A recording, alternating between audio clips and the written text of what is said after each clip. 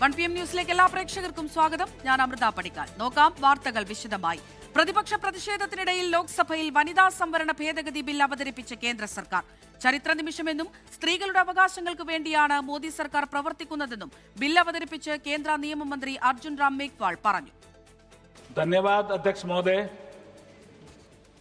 मैं आपकी अनुमति से ये प्रस्ताव करता हूं कि भारत के संविधान का और संशोधन करने वाले विधेयक संविधान 131वां संशोधन विधेयक 2026 को पूर्व स्थापित करने की अनुमति दी जाए.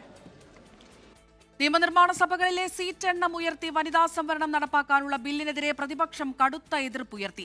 ഭരണഘടനയ്ക്കെതിരെയാണ് നീക്കമെന്നും ബില്ല് പിൻവലിക്കണമെന്നും പ്രതിപക്ഷം ആവശ്യപ്പെട്ടു. You know about the Indian people mindset. You are scared of 2029 election. You want an escape route to cover up the 2029. That's why you bring the anti-constitutional bill. Therefore, I think the minister has to withdraw this bill, sir. This is the minister has to withdraw the bill. I strongly oppose the introduction of the Constitution 131st Amendment. Sir, any constitutional amendment must uphold federalism, democracy and social justice. However, this bill raised serious concern, having been introduced without adequate consultation with the state government and stakeholders. I urge the government must withdraw the bill after the bill will come after the census and implementation later. ബില്ലിന്മേൽ ലോക്സഭയിൽ ചർച്ച പുരോഗമിക്കുകയാണ്. ഇന്നും നാളെയുമായി 12 മണിക്കൂറാണ് ചർച്ച. ഇന്ന് പ്രധാനമന്ത്രി ചർച്ചയിൽ പങ്കെടുത്ത് സംസാരിക്കും. നാളെ ഉച്ചതിരിഞ്ഞ് 4 മണിക്കാണ് ബില്ലിന്മേൽ വോട്ടെടുപ്പ്. PR അരവിന്ദ് ഡൽഹിയിൽ നിന്ന് വിവരങ്ങൾ നൽകാനായി ചേരുന്നുണ്ട്. അരവിന്ദ്, 10-12 മണിക്കൂറോളം നീണ്ടു നിൽക്കുന്ന ചർച്ചയാണ് ഇപ്പോൾ ആരംഭിച്ചിരിക്കുന്നത്. എങ്ങനെ ഈ ചർച്ച അവസാനിക്കുമ്പോൾ ബില്ല് പാസ്സാകുമോ?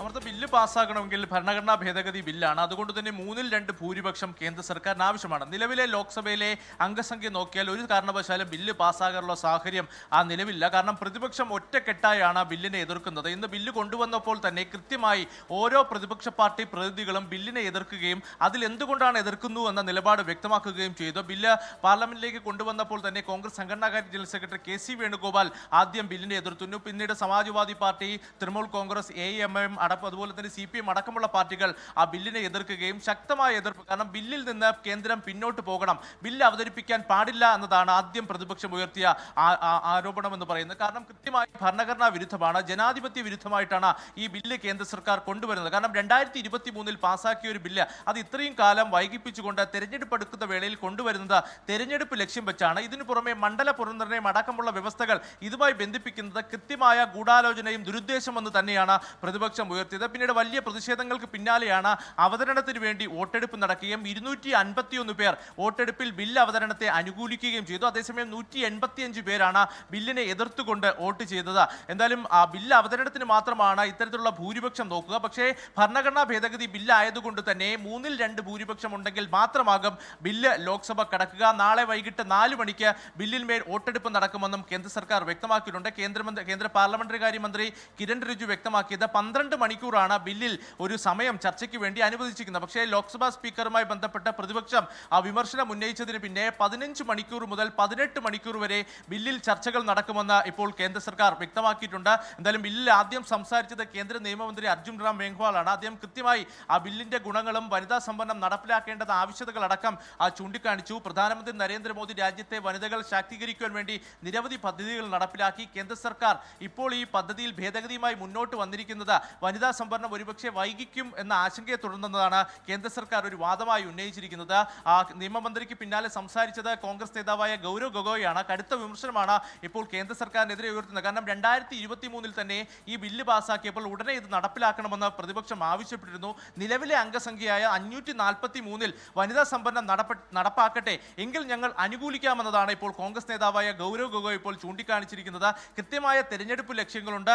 അതോടൊപ്പം തന്നെ ഇതിന് പിന്നിൽ രഹസ്യ അജണ്ടകൾ ഉണ്ടെന്ന് തന്നെ കോൺഗ്രസ് ആരോപിക്കുന്നു. പ്രധാനമന്ത്രി നരേന്ദ്രമോദി അടക്കമുള്ള നേതാക്കൾ ഇന്ന് പാർലമെന്റിൽ സംസാരിക്കും.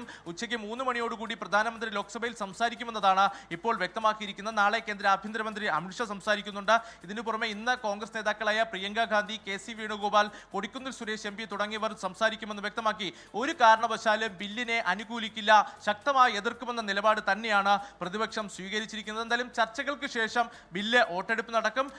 3-2 ഭൂരിപക്ഷം ആവശ്യമായതിനാൽ ലോക്സഭ കടക്കാൻ സാധ്യതയില്ല. അമൃത, ബില്ലിൽ അവതരിപ്പിക്കുകയാണ് ഇപ്പോൾ കേന്ദ്ര സർക്കാർ. പക്ഷേ സൂചിപ്പിച്ചതുപോലെ തന്നെ 10-12 മണിക്കൂറോളം നീളുന്ന ചർച്ചയാണ് നടക്കുന്നത്. അതുകൊണ്ട് ഇപ്പോൾ ഈ ബില്ല് പാസ്സാകുമോ ഇല്ലയോ എന്നുള്ള കാര്യം നമുക്ക് പറയാൻ കഴിയില്ല. 3-2 ഭൂരിപക്ഷം അത്യാവശ്യമാണ്. PR അരവിന്ദാണ് വിവരങ്ങൾ നൽകിയത്. ജനസംഖ്യാനുപാതത്തിൽ ലോക്സഭാ സീറ്റുകളുടെ എണ്ണം ഉയർത്താനുള്ള നീക്കത്തിൽ ദക്ഷിണേന്ത്യൻ സംസ്ഥാനങ്ങൾക്ക് ആശങ്ക. തമിഴ്നാട്ടിൽ സംസ്ഥാന വ്യാപകമായി ബില്ല് കത്തിച്ച് DMK പ്രതിഷേധിച്ചു.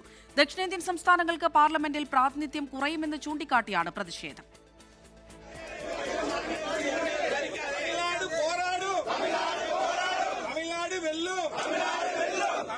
ഇന്ന് രാവിലെ മുതൽ കരിങ്കൊടി പ്രതിഷേധം നടത്താനായിരുന്നു ആദ്യ ആഹ്വാനം. രാവിലെ നാമക്കലിൽ കരിങ്കൊടി ഉയർത്തിയ മുഖ്യമന്ത്രി MK സ്റ്റാലിൻ ബില്ല് കത്തിച്ച് പ്രതിഷേധിച്ചു.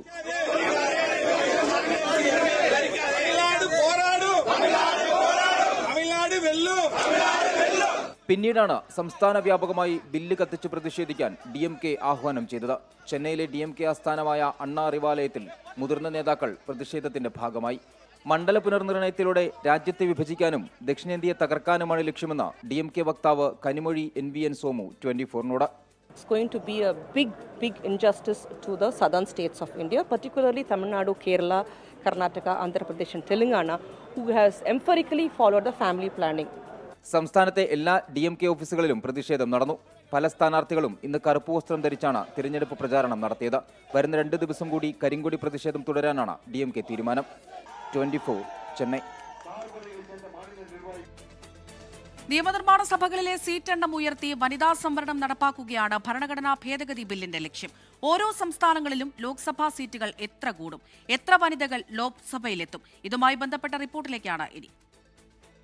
ബിൽ പാസ്സായാൽ ലോക്സഭയിലെ 543 സീറ്റുകൾ 850 ഉയരും. ഇതിൽ 815 അംഗങ്ങൾ സംസ്ഥാനങ്ങളിൽ നിന്നും 35 പേർ കേന്ദ്രഭരണ പ്രദേശങ്ങളിൽ നിന്നുമായിരിക്കും. 1/3 അതായത് 284 സീറ്റുകൾ വനിതകൾക്ക് സംവരണം ചെയ്യാനും നിയമത്തിൽ പറയുന്നു. പട്ടികജാതി പട്ടികവർഗ സീറ്റിലും വനിതകൾക്ക് സംവരണമുണ്ടാകും. ഇനി എന്തുകൊണ്ടാണ് നിയമത്തെ പ്രതിപക്ഷ കക്ഷികൾ എതിർക്കുന്നത് എന്ന് നോക്കാം. ജനസംഖ്യയുടെ അടിസ്ഥാനത്തിൽ മണ്ഡലങ്ങൾ വർദ്ധിപ്പിക്കുന്നത് ജനസംഖ്യാ നിയന്ത്രണം മികച്ച രീതിയിൽ നടപ്പാക്കിയ ദക്ഷിണേന്ത്യൻ സംസ്ഥാനങ്ങൾക്ക് വലിയ തിരിച്ചടിയാകുമെന്ന് പ്രതിപക്ഷ കക്ഷികൾ ആരോപിക്കുന്നു. മണ്ഡല പുനർനിർണയം നടത്തുമ്പോൾ ഉത്തരേന്ത്യൻ സംസ്ഥാനങ്ങളിലെ സീറ്റുകൾ കുതിച്ചുയരുമെന്നും ദക്ഷിണേന്ത്യൻ സംസ്ഥാനങ്ങളുടെ പ്രാതിനിധ്യം ചുരുങ്ങുമെന്നും പ്രതിപക്ഷം ചൂണ്ടിക്കാട്ടുന്നു. ഉദാഹരണമായി UPയിലെ 80 സീറ്റ് 120ലേക്ക് ഉയർന്നാലും കേരളത്തിലെ 20 സീറ്റ് 30 മാത്രമേ ഉയരൂവെന്നാണ് നിരീക്ഷകർ പറയുന്നത്. ഹിന്ദി ഹൃദയഭൂമിയിൽ സീറ്റ് വർദ്ധിപ്പിച്ച് അടുത്ത ലോക്സഭാ തിരഞ്ഞെടുപ്പിൽ BJPക്ക് ഭൂരിപക്ഷം വർദ്ധിപ്പിക്കാനും ഭേദഗതിയിലൂടെ ലക്ഷ്യമിടുന്നുവെന്നും ആരോപണം ഉയരുന്നുണ്ട്. പ്രതിപക്ഷം ഒറ്റക്കെട്ടായി എതിർത്താൽ ഭരണഘടനാ ഭേദഗതി പാസാക്കാൻ ആവശ്യമായ 3/2 ഭൂരിപക്ഷം സർക്കാരിന് ലഭിച്ചേക്കില്ല. ബിൽ പാസായാൽ അടുത്ത നടപടി മണ്ഡല പുനർനിർണയ കമ്മീഷനെ നിയമിക്കുക എന്നതാണ്. ഒരു സുപ്രീം കോടതി ജഡ്ജി, മുഖ്യ തിരഞ്ഞെടുപ്പ് കമ്മീഷണറോ അദ്ദേഹം നിർദ്ദേശിക്കുന്ന തിരഞ്ഞെടുപ്പ് കമ്മീഷണറോ കമ്മീഷനിൽ അംഗമാകും. അതത് സംസ്ഥാനത്തെ സംസ്ഥാന തിരഞ്ഞെടുപ്പ് കമ്മീഷണറും കമ്മീഷനിലെ മറ്റൊരു അംഗമാണ്. ഓരോ സംസ്ഥാനത്തും 10 അസോസിയേറ്റ് അംഗങ്ങളും കമ്മീഷനിൽ ഉണ്ടായിരിക്കും. 5 ലോക്സഭാ MPമാർ, 5 MLAമാർ എന്നിവരായിരിക്കും അസോസിയേറ്റ് അംഗങ്ങൾ. Research desk 24. തെരഞ്ഞെടുപ്പ് ഫലം വരും മുൻപേ മുഖ്യമന്ത്രി ആര് എന്നതിലെ ചർച്ചകളിൽ കോൺഗ്രസിൽ അസ്വസ്ഥത പടരുന്നു. മുഖ്യമന്ത്രി സ്ഥാനത്തേക്ക് KC വേണുഗോപാലിനെയും VD സതീശിനെയും അനുകൂലിക്കുന്നവർ സൈബറിടത്തിൽ ഏറ്റുമുട്ടുകയാണ്. KC വേണുഗോപാലിനെ പ്രശംസിച്ച് പോസ്റ്റിട്ട K സുധാകരനെതിരെ KPCC അധ്യക്ഷൻ സണ്ണി ജോസഫ് രംഗത്തെത്തി. കോൺഗ്രസിലെ പരസ്യ ചർച്ചകളിൽ മുസ്ലിം ലീഗിനും അതൃപ്തിയുണ്ട്. വോട്ടെടുപ്പ് കഴിഞ്ഞതിന്റെ തൊട്ടടുത്ത ദിവസം മുതൽ തന്നെ മുഖ്യമന്ത്രി ആരാകണമെന്ന ചർച്ചകൾ കോൺഗ്രസിൽ സജീവമായിരുന്നു.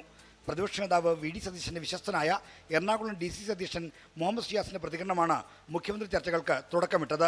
എറണാകുളത്ത് നിന്ന് മുഖ്യമന്ത്രി വേണമെന്ന ഷിയാസിന്റെ പരാമർശം എതിർവിഭാഗങ്ങളിൽ സംശയം ജനിപ്പിച്ചു. ഇതിന് പിന്നാലെ ഒരു വാർത്താ ചാനൽ KC വേണുഗോപാലിനെതിരായ പരാമർശം കൂടി വന്നതോടെ കൃത്യമായ ആസൂത്രണം സംശയിച്ച സതീശൻ വിരുദ്ധ വിഭാഗം പ്രത്യാക്രമണം തുടങ്ങി. ഇന്നലെ KC വേണുഗോപാലിനെ പിന്തുണച്ച് K സുധാകരൻ പോസ്റ്റിട്ടതോടെ അത് പ്രകടമായി. പോസ്റ്റ് താഴെ സതീശൻ അനുകൂലികളും സുധാകരൻ അനുകൂലികളും ഏറ്റുമുട്ടിയതോടെ ചർച്ച പരിധി വിട്ടു. ഇതോടെ നേതൃത്വം ഇടപെടാൻ നിർബന്ധിതമായി. ഫലം വരുന്നതിന് മുമ്പേ നടക്കുന്ന ചർച്ചകൾ അനാവശ്യമാണെന്ന അഭിപ്രായമുള്ളവരും കോൺഗ്രസിലുണ്ട്. രാഹുൽ ഗാന്ധി പറഞ്ഞ അതേ വാചകം ഏറ്റെടുക്കുന്ന ഒരു കോൺഗ്രസ്സുകാരനാണ്. ഞങ്ങളുടെ എല്ലാവരും ഗ്രൂപ്പ് ഫോട്ടോ നോക്കിയിട്ടാണ് അദ്ദേഹം പറഞ്ഞത്, നിങ്ങൾ ഒന്നിച്ച് ഡാൻസ് കളിക്കുകയാണെങ്കിൽ ഒരുമിച്ച് കളിക്കണം, ഇതിൽ സിംഗിൾ ഡാൻസ് കളിക്കരുത്. അത് പറഞ്ഞാൽ എല്ലാം അടങ്ങിയിട്ടുണ്ട്. അത് തന്നെയാണ് എൻ്റെ അഭിപ്രായം. ജയിച്ചു കഴിഞ്ഞാൽ അതിൻ്റെ ക്രെഡിറ്റ് ടീം UDF. പരസ്യമായ ചർച്ചകൾ ജനങ്ങൾക്കിടയിൽ അവമതിപ്പുണ്ടാക്കുമെന്ന് ചൂണ്ടിക്കാട്ടി ചില നേതാക്കൾ ഹൈക്കമാൻഡിനെ സമീപിച്ചിട്ടുമുണ്ട്. പക്ഷെ ഇന്ന് ഈ നടന്നുകൊണ്ടിരിക്കുന്ന വിവാദങ്ങൾ അനാവശ്യമാണ്. പൂന്താനത്തിൻ്റെ ജ്ഞാനപ്പാനയിൽ തന്നെ പറഞ്ഞിട്ടുണ്ട്, സ്ഥാനമാനങ്ങൾ ചൊല്ലിക്കലഹിച്ചു നാണം കെട്ടു നടക്കുന്നത് ചിലർ. അങ്ങനെ നാണം കെട്ട് നടക്കേണ്ട ഒരു പദവിയല്ല കേരളത്തിൻ്റെ മുഖ്യമന്ത്രി സ്ഥാനം. അതിന് ഇനിയും സമയമുണ്ട്. ആ സമയം വരുമ്പോൾ അതിനെക്കുറിച്ച് ഞാൻ പ്രതികരിക്കാം. മുഖ്യമന്ത്രി സ്ഥാനത്തെക്കുറിച്ച് നടക്കുന്ന ചർച്ചകളിൽ നിന്ന് അകലം പാലിക്കാനാണ് ഒരു വിഭാഗം നേതാക്കളുടെ തീരുമാനം. വോട്ടെണ്ണൽ കഴിയട്ടെ. ചർച്ചകൾ അതിനെ സംബന്ധിച്ച് അഭിപ്രായം ഞാൻ പറയത്തില്ല. കാരണം വോട്ടെണ്ണാൻ ഇരിക്കുന്നേ ഉള്ളൂ. കോൺഗ്രസ് പാർട്ടിക്ക് ഒരു നടപടിക്രമമുണ്ട്. ആ നടപടിക്രമം അനുസരിച്ച് നേതാവിനെ തെരഞ്ഞെടുക്കും. അതെല്ലാവരും അംഗീകരിക്കും. മുഖ്യമന്ത്രി സ്ഥാനത്തെ ചൊല്ലി നടക്കുന്ന ചർച്ചകളിൽ പങ്കുചേരാൻ KC വേണുഗോപാൽ വിസമ്മതിച്ചു. പാർട്ടിക്കൊരു നേതൃത്വമുണ്ടെന്നും അവർ തീരുമാനമെടുക്കുമെന്നും KC പ്രതികരിച്ചു. ഇത് 4-ാം തീയതി റിസൾട്ട് വരെ ജനങ്ങൾ നമുക്ക് അനുകൂലമായി വിധി എഴുതിയിട്ടുണ്ടെന്നുള്ളതാണ് ഉറച്ച വിശ്വാസം. ആ ഉറച്ച വിശ്വാസം ജനങ്ങളെ വിശ്വാസത്തിലെടുത്തുകൊണ്ട് മുന്നോട്ട് പോകുക. അതിനപ്പുറം വേറെ ഒന്നുമില്ല. മുഖ്യമന്ത്രി സ്ഥാനം സംബന്ധിച്ച ചർച്ചകൾ അവസാനിപ്പിക്കണമെന്ന് കേരളത്തിന് ചുമതലയുള്ള AIC general secretary Deepa Das Munshi നേതാക്കൾക്ക് കർശന നിർദ്ദേശം നൽകിയിട്ടുണ്ട്. 24 തിരുവനന്തപുരം. BDS വിദ്യാർത്ഥി RL നിതിൻ രാജിന്റെ മരണത്തിൽ ആരോപണ വിധേയനായ അധ്യാപകൻ ഡോക്ടർ MK റാമിനെ പുറത്താക്കണമെന്നാവശ്യപ്പെട്ട് കണ്ണൂർ അഞ്ചരക്കണ്ടി മെഡിക്കൽ കോളേജിൽ വിദ്യാർത്ഥികളുടെ അനിശ്ചിതകാല സമരം. മരണത്തെ തുടർന്ന് നിർത്തിവെച്ചിരുന്ന 1-ാം വർഷ BDS ക്ലാസുകൾ പുനരാരംഭിച്ചെങ്കിലും വിദ്യാർത്ഥികൾ ക്ലാസ് ബഹിഷ്കരിച്ചു. സംഭവത്തിൽ ആരോഗ്യ സർവകലാശാല അന്വേഷണ സമിതിയും പോലീസും കോളേജിലെത്തി വിദ്യാർത്ഥികളുടെ മൊഴി രേഖപ്പെടുത്തും. നിതിൻ മരിച്ച് 6 ദിവസം പിന്നിട്ടിട്ടും ആരോപണ വിധേയനായ അധ്യാപകനെ പുറത്താക്കാത്തതിൽ പ്രതിഷേധിച്ചാണ് വിദ്യാർത്ഥികൾ പ്രകടനം നടത്തിയത്. BDS വിദ്യാർത്ഥികൾക്ക് പുറമെ പാരാമെഡിക്കൽ വിഭാഗവും പ്രതിഷേധത്തിൽ പങ്കെടുത്തു. ഡോക്ടർ MK റാമിനെ ഡിസ്മിസ് ചെയ്യുന്നതുവരെ വൈറ്റ് കോട്ട് ധരിക്കില്ലെന്ന് വിദ്യാർത്ഥികൾ.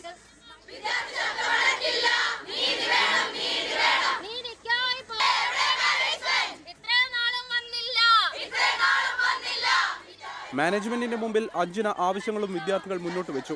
റാമിനെ എത്രയും വേഗം പിരിച്ചുവിടുക, ആരോപണ വിധേയരായ മറ്റ് 2 അധ്യാപകരെയും പുറത്താക്കുക, PTA രൂപീകരിക്കുക, സംഘടനാ പ്രവർത്തന സ്വാതന്ത്ര്യം അനുവദിക്കുക തുടങ്ങിയവയാണ് ആവശ്യങ്ങൾ.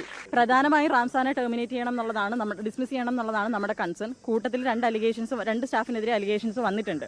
അവരുടെ കാര്യം കൺസിഡർ ചെയ്യുന്നവരെ നമ്മൾ ലെറ്ററിൽ എഴുതിയിട്ടുണ്ട്. 2 സ്റ്റാഫിനെതിരെ ആരോപണങ്ങൾ എന്ന് പറഞ്ഞത് നമ്മൾ കളക്ട് ചെയ്ത മെയിലിന്റെ അടിസ്ഥാനത്തിലാണ്. ഡോക്ടർ റാമിനെതിരെ നടപടി ആവശ്യപ്പെട്ട പൂർവ്വ വിദ്യാർത്ഥികളും രക്ഷിതാക്കളും ആരോഗ്യ സർവകലാശാലയ്ക്കും മെഡിക്കൽ വിദ്യാഭ്യാസ വകുപ്പിനും പരാതി നൽകി. ഇയാൾ വളരെ മോശമായ വാക്കുകളാണ് ക്ലാസ്സിൽ ഉപയോഗിക്കൽ. പിന്നെ ഫിസിക്കലായിട്ടും വേറെ കുട്ടികളെ കൊണ്ട് അടുപ്പിക്കുക. അതൊക്കെ ഞാൻ മോള് പറഞ്ഞിട്ട് അറിഞ്ഞൊരു കാര്യമാണ്. ആൺകുട്ടീനെ പെൺകുട്ടീനെ കൊണ്ട് അടുപ്പിക്കുക. ഇയാൾക്ക് നേരിട്ട് അടിക്കാൻ പറ്റാത്തതുകൊണ്ട് തല്ലാൻ പറയാം.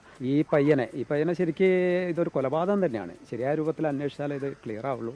ഇതിനിടെ കോളേജിനുള്ളിൽ യൂണിറ്റ് രൂപീകരിച്ച SFI കൊടി നാട്ടി. ഡോക്ടർ റാമിന്റെ എടക്കാടുള്ള ക്ലിനിക്കിലേക്ക് DYFI മാർച്ച് നടത്തി.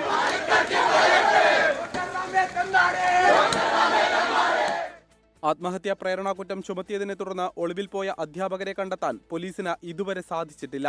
2 സംഘങ്ങളായി തിരിഞ്ഞ് പ്രതികൾക്കായി തിരച്ചിൽ നടത്തുന്നതായാണ് അന്വേഷണ സംഘം വ്യക്തമാക്കുന്നത്. ആരോഗ്യ സർവകലാശാല നിയോഗിച്ച പ്രത്യേക അന്വേഷണ സമിതിയും ക്യാമ്പസിലെത്തി തെളിവെടുപ്പ് നടത്തും. കുറ്റക്കാർക്കെതിരെ കർശന നടപടി ആവശ്യപ്പെട്ട് കണ്ണൂർ കമ്മീഷണർ ഓഫീസിലേക്ക് യൂത്ത് ലീഗ് മാർച്ച് നടത്തി.